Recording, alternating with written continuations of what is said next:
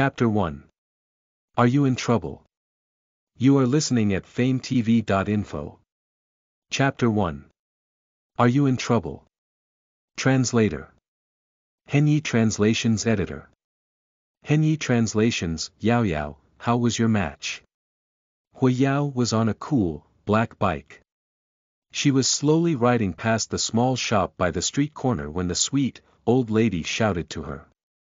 Hui Yao gently pressed the brakes and put her feet on the ground to bring the bike to a complete stop. She expertly took off her helmet. Each of her movements was fluid. Her long ponytail cascaded down her shoulder instantly, enhancing her beauty. She was born with delicate and beautiful facial features, to begin with, and at the moment, her posture added a mighty, heroic bearing to her. The old lady stared at Hui Yao, exclaiming to herself that pretty kids did have natural advantages. Even during an act as simple as riding a bike, Hui Yao looked out of the ordinary. I think you have got some guests at home. The person came in a very, very impressive limousine. My son told me that the limousine is worth millions. No car in our county can compare to that car. As the old lady moved forward with her story, she made some exaggerated gestures. Hui Yao listened to her words, making her immerse deep in thought. But she showed no expression on her face that would indicate anything unusual.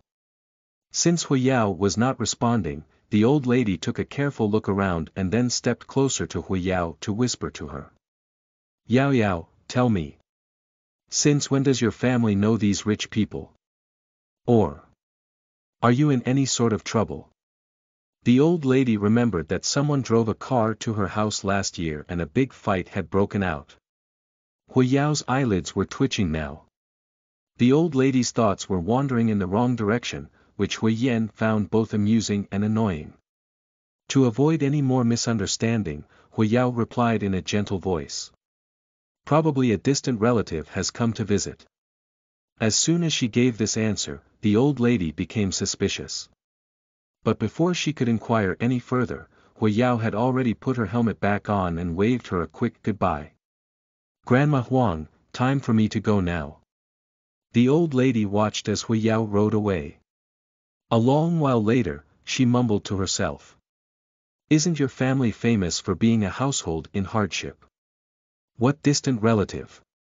Not to mention someone so rich. Hui Yao rode home quickly.